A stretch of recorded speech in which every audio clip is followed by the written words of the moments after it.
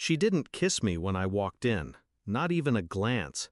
Just kept laughing with her sister in the kitchen, like today wasn't meant to mean anything to us.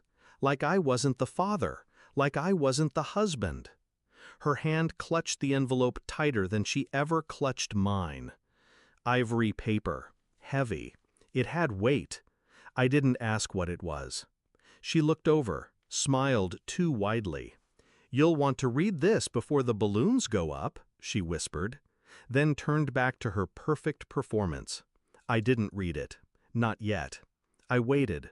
I waited because I already knew. And I wanted her to feel the wind shift. I wanted her to stand there, smug, sure, selfish, right before the storm opened its throat and swallowed her whole. It started 2 months ago. A name I didn't recognize flashed on her phone. Daniel. No last name, no message preview, just Daniel. Again and again.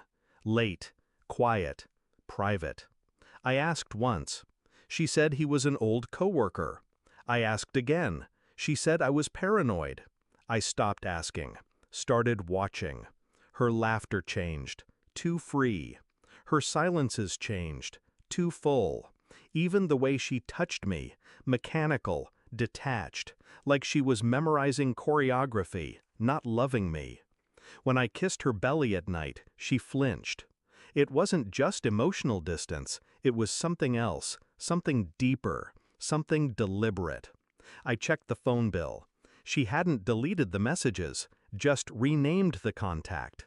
Not Daniel, not even a name, just an emoji. The kind of thing a teenager would do. And that's when the theory hardened into fact. She wasn't slipping away, she was leaving. I ordered a prenatal paternity test behind her back. It felt surgical, cold, like dissecting a lie before it grew legs. The lab called within a week. I didn't answer.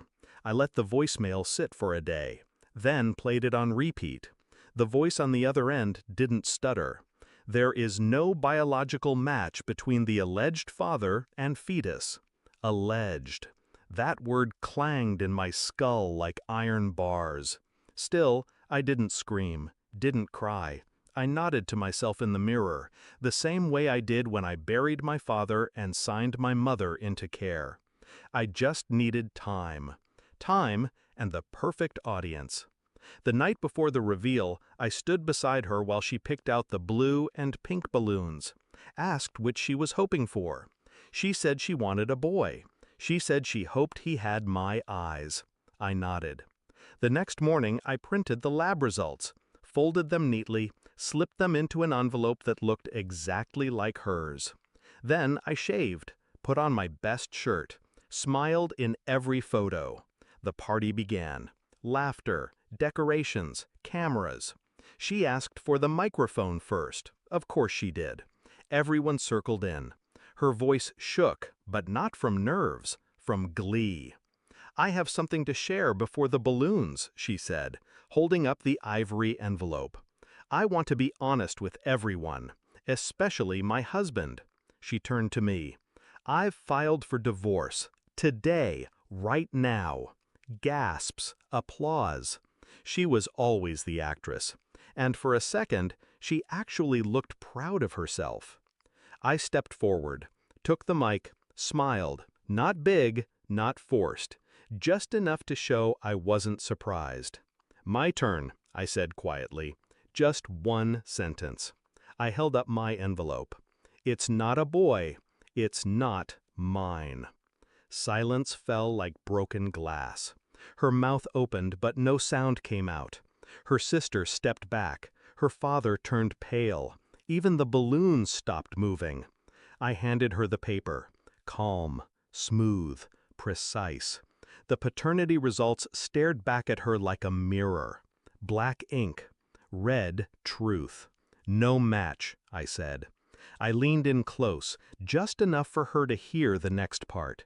But good news, Daniel might still get visitation rights. She dropped the envelope. Her hand clutched her belly like she was shielding it from my words. But I didn't care anymore. She gave me betrayal. I gave her exposure. In public, on camera, forever. I left before the balloons were popped, before the cake was cut, before the shame reached her knees. She never chased me. Not physically.